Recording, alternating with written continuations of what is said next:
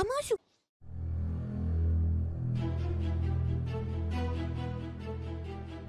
Una historia original de Homosu.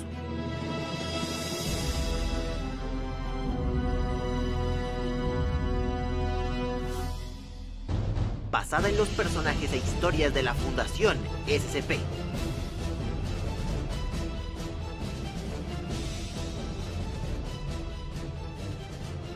El pato y el dragón. ¿Lo recuerdan? Seguimos en la biblioteca. Estamos escuchando una historia en la que supuestamente un pato pelea contra un dragón. Nos encontramos en un grupo de personas y ahora mismo estamos sentados frente al abuelo Jay. Acaba de contarnos la historia de un hombre que perdió todo bajo la lluvia. Es extraño, pero es como si la temperatura hubiera descendido. ¿Puedes sentir el frío subir por tus pantorrillas? El lugar ya no solo huele a libros nuevos. La humedad y el encierro también se hicieron notar. El encapuchado guardó silencio. No se alcanza a ver muy bien, pero jurarías que unas gotas de agua están mojando su barba, tratando de caer. Todos los presentes guardan silencio, pero en las pocas miradas que alcanzas a ver, todos buscan reconfortar el encapuchado de verde. Antes de que pudieran ponerse de pie, continuó. El hombre abrió los ojos de golpe. Respiraba agitado, mientras sus ojos se acostumbraban a la luz. Un profundo escalofrío se anidó en su espalda y se esparció por todo su cuerpo, provocando ligeros espasmos por su camino. Trató de levantarse, apretó la quijada para mitigar el dolor, pero no sintió ninguno. Miró sus manos y tocó su piel, recordando el líquido rojo que corrió por ellas. Recordó el ardor de la carne bajo sus uñas y recordó el sonido.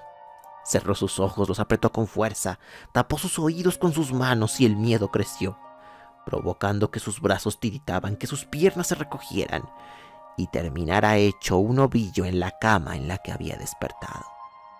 Fue cuando un agudo y molesto ruido le hizo saltar asustado. ¡Cuec! Sus ojos se abrieron, moviéndose frenéticamente hasta encontrar la fuente de ese ruido. Un pato de goma yacía sobre las sábanas. Fue hasta este momento que notó que estaba recostado sobre una mullida cama. Miró a su alrededor. Era una habitación bastante simple, sin muebles, sin decoración, solo lo indispensable. Las paredes eran grises, el suelo de un tono más claro de gris. Las luces blancas y frías. Lo único que resaltaba era el amarillo color del pato entre las sábanas blancas. El hombre tomó al pato entre sus manos. Sonrió con gran melancolía mientras se perdía en los ojos del juguete de baño. Recordó cómo jugaba y cantaba con su pequeña hija. Pero había algo en ese pato, algo que lo calmaba, que evitaba que las lágrimas se derramaran, que limpiaba su mente de tristeza y lo hacían enfocarse en el presente. Apegó el patito a su pecho y su respiración se calmó. Comprendió que no estaba en su casa ni en el fango. No escuchaba la lluvia. En vez de eso, el sonido del aire corriendo por las ventilas. Se puso de pie y miró unos horribles tenis color naranja a los pies de la cama. Miró sus pies. ¿Qué tan seguido veía sus pies antes? Suspiró y se colocó los tenis. En todo este movimiento, nunca se apartó del patito de hule. Ya con calzado, se dirigió a lo que parecía el baño. Miró el retrete y sonrió con aún más melancolía por su tonto pensamiento. Pero bendito sea el blanco de la porcelana de los baños. Miró al espejo en la pared y se asustó. No estaba seguro de poder encarar al monstruo que hizo tanto daño, al que le arrancó lo único por lo que valía la pena vivir. Pero lo hizo. Se asomó al espejo y su expresión se mezcló en un torbellino de miedo y confusión, pues no reconocía al hombre en el espejo. Era completamente calvo, su piel arrugada y pálida. Tenía un espeso bigote gris y una barba mal afeitada. El hombre llevó sus manos a la cara extraña. Lo único que conservaba era el color de sus ojos. Todo lo demás era desconocido.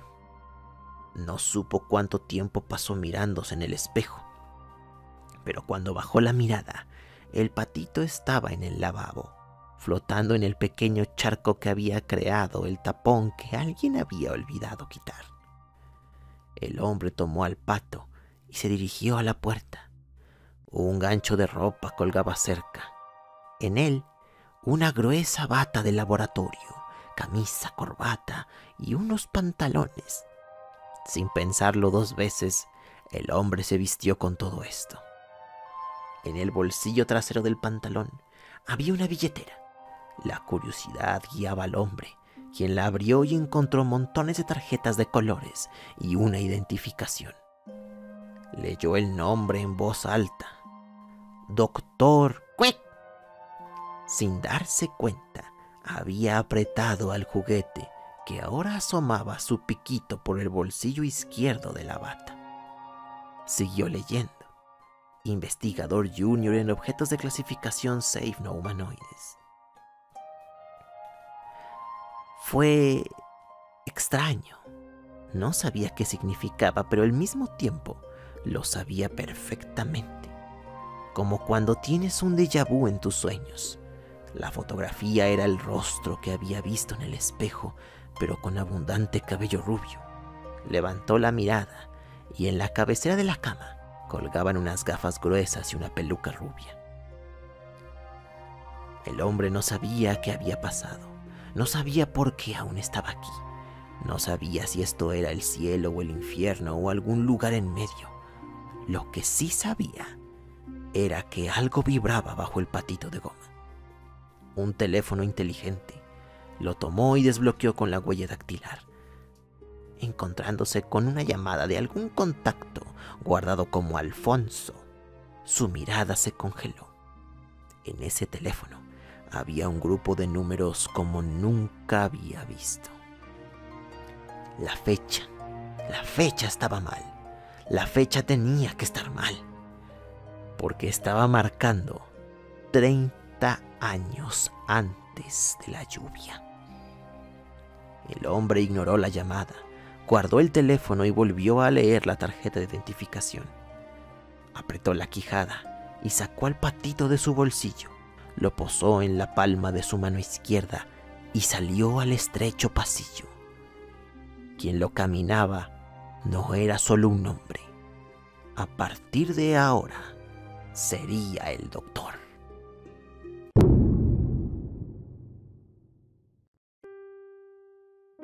¿Y el dragón?, preguntó uno de los niños. Su cabello pelirrojo y su piel morena hacían un contraste tan grande que te sorprendes por no haberlo notado. El encapuchado rió entre dientes ante la impaciencia del grupo. Bueno, en esta historia no hay solo un dragón. Hay dos, por lo menos al principio. Pero si tanto quieren saber de ellos, saltemos unas cuantas páginas. El doctor había estado investigando horas extra, bolsas bajo sus ojos, cansancio en su mirada. Su mente giraba alrededor de la larga lista de intentos fallidos por detener un monstruo abominable, un reptil como muchos lo llamaban. Otros lo conocen como el desterrado del verano, y muchos lo conocen como su verdugo. Cada vez que el doctor leía o sabía de este reptil, sentía en su panza lo mismo que sintió cuando corrió bajo la lluvia.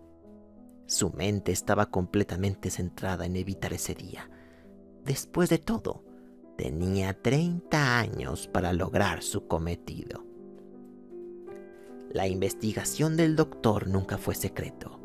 O bueno, nada es secreto para los carceleros de los carceleros. Ellos habían estado observando al doctor. Su convicción era algo que solo habían visto en los locos y enfermos. Fue precisamente eso lo que los llevó a darle una oportunidad.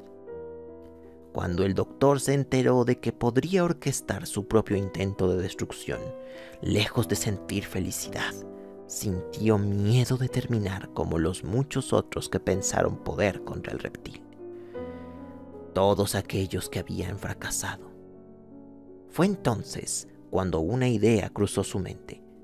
Todos ellos tenían algo en común. Habían tratado de destruirlo. Por eso, el doctor realizó algo que nunca se había hecho desde el principio: una propuesta de contención permanente. El doctor arriesgó todo lo que tenía, que no era mucho dentro de los carceleros. El doctor reveló que había estado hurgando más allá de lo que su nivel de confidencialidad le permitía. Reveló que sabía lo que el procedimiento de las calabazas era. Reveló que había estado leyendo sobre el Rey Escarlata. Y usando lo que había leído, el doctor propuso usar 7 arpones hechos del mucus del séptimo hijo. Cuando los carceleros de los carceleros se enteraron de esta propuesta, hubo muchas miradas de descontentos. Algunos dicen que son 13, otros que no existen, y son una forma de asustar a los novatos. Lo cierto es que al doctor se le dio una votación nula, 6 a favor, 6 en contra. Prácticamente su propuesta había fracasado antes de iniciar. Pero aquí es donde las cosas se ponen algo raras. Cuando esta respuesta llegó a manos del doctor, la cuenta había cambiado. Había un voto más a favor y una pequeña nota en ella que decía: tienes una sola oportunidad. Sea como sea, el doctor logró llevar a cabo su cometido. El problema era que no tenía la más mínima idea de cómo crear todo lo que había propuesto. Había dicho: creemos arpones de mucus. ¡Mucus! Pero ¿cómo creas algo duro en base a algo tan blando? Había propuesto una cámara de contención circular con 7 tubos que funcionaban como rieles para disparar los arpones. ¿Cómo podría llevar a cabo algo con un material tan duro como para contener al reptil? Reptil que podía doblar el acero como cuchillo caliente a la mantequilla. Después ocurrió algo. Cuando por fin obtuvo el mucus, sabía qué hacer, o más bien su cuerpo sabía qué hacer. Su cuerpo, orquestado no por su mente, se movía por su cuenta. Tomó el mucus, lo mezcló con cristales, lo golpeó con un martillo, lo calentó y lo enfrió. Hizo procesos que nunca en su vida había hecho antes. Después de todo, el doctor, o más bien el hombre que ahora era el doctor, jamás fue alguien de ciencia. Era un simple oficinista. Al final, logró crear un arma sólida, fuerte y con propiedades nunca antes vistas. A base del mucus del séptimo hijo, descubrió que eran completamente indestructibles, excepto entre sí mismos. Creó 9 de estos arpones y esperó lo mejor. El problema de los arpones estaba resuelto. No sabía explicar lo que hizo, pero sí pudo documentarlo. Esto por cuestiones meramente burocráticas. Ahora, ¿qué material podría ser suficientemente fuerte como para contener al reptil?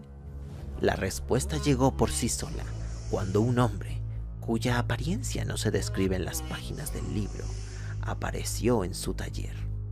El hombre le dio un lingote de un metal verde azulado. Le dijo que este metal provenía de el juguete del dios que tienen los carceleros. Sea como sea, fue fácil de replicar y en menos de un año la infraestructura de la contención estaba lista. La mejor forma de describir lo que había creado Era como una piñata, es decir, una de estas formas circulares llenas de picos que representan los pecados capitales. Esta piñata iba a ser la contención permanente de un monstruo que, según el presentimiento del doctor, era el culpable de la lluvia que ocurriría dentro de 28 años. Lo difícil no fue sedar al reptil, ni meterlo en la piñata. Lo difícil era rezar por ser comido antes que los demás. Díganme, ¿cómo sobrevivirían sabiendo que tus errores habían causado tanto dolor por segunda vez? Llegó el día. El reptil estaba dentro de la piñata. Había sido sellada con mucho cuidado y la criatura seguía dormida. Entonces, los 7 arpones se colocaron en cada uno de los rieles que también servían como soporte para levantar la estructura muy por encima del suelo. Todo el lugar se había llenado de poderosas turbinas que actuarían como quemadores, llenando la sala con poderosas llamas que calentarían toda la zona, provocando que la carne del reptil se fundiera con los arpones.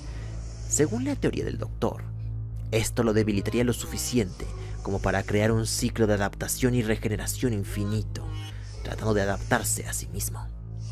La cuenta regresiva empezó. El doctor miraba a lo lejos, a través de una segura, entre comillas, cámara. Entonces empezó. Los arpones fueron disparados, todos cayeron donde tenían que hacerlo. El reptil se despertó inmediatamente. En ese mismo segundo, tornados de fuego azotaron la sala. Parecían girar en una malévola danza que había calentado toda la estructura al rojo vivo, pero que sorprendentemente no se derretía ni deformaba. A pesar de todo el aislamiento, a pesar de todo el metal, toda la estructura, se podían escuchar los rugidos y rasguños de la bestia. No duró mucho. Las turbinas no tenían tanto combustible. Se cerraron las cortinas de emergencia y el fuego se calmó. Hubo silencio. El doctor y unos cuantos de los pobres desamparados que lo habían ayudado estaban en la oscuridad de una sala. Se realizaron escáneres. Una imagen llegó. La esfera central de la piñata era casi de unas 10 veces más grande de lo que el reptil medía. La imagen mostraba que el reptil se había expandido tanto que había ocupado el espacio total del centro de la contención. A pesar de esto, los arpones estaban clavados muy profundo en la nueva abominación que se había convertido el reptil.